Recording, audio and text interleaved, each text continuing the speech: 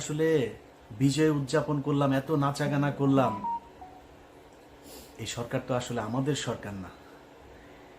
এদের ভেতরে ডক্টর মোহাম্মদ ইউনূসকে সামনে রেখে সব ভেজাল চিটা সব এটার ভেতরে ঢুকিয়ে দেওয়া হয়েছে। ইন্ডিয়ান পুরো সেকেন্ড লেয়ারের যা আছে সব এই জায়গায় বসানো।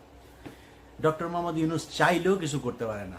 এখন ডক্টর মোহাম্মদ ইউনূসের সামনে রাস্তা একটাই আছে, উনি যে কোনো দিন শুনবেন যে উনি চলে গিয়েছে দেশ থেকে। এরপরে কি হবে? পুরো সেট আপ সাজিয়েছে আসিফ নজরুল, মাহফুজানা, মতিউর রহমান। সব জায়গায় বিএনপির কিছু লোকজন আছেন, তাদের খুব মনে হয় আমার এ নিয়ে মনে হয় খুব কষ্ট। কিছু মানে আমি ঢালাওভাবে বিএনপি জামাতকে নিয়ে ঢালাওভাবে কথা বলার মতো স্পর্ধা আমি দেখাইতে পারবো না। এই দলের মানুষ আমাকে প্রচণ্ড ভালোবাসেন, আমাকে প্রচণ্ড শ্রদ্ধা করেন, তাদের নিজেদের মানুষ মনে করেন।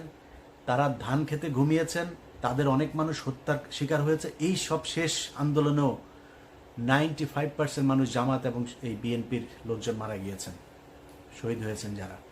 অতএব আমরা এদের ব্যাপারে কথা বলতে গেলে রেসপেক্ট করে কথা বলতে হবে। আমার ব্যাপারে কথা বলতে গেলেও একটু রেসপেক্ট দেখায় কথা বলতে হবে। আমাকে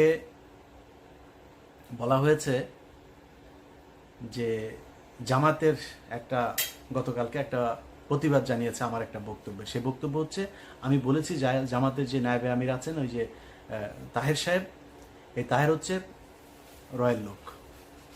এটা বলার পরে তারা বিবৃতি প্রতিবাদ জানিয়েছে আমার এই বক্তব্যের।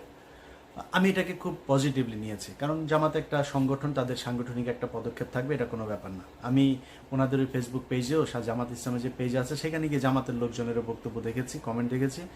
আমার কাছে খারাপ লাগে নাই। ওনারা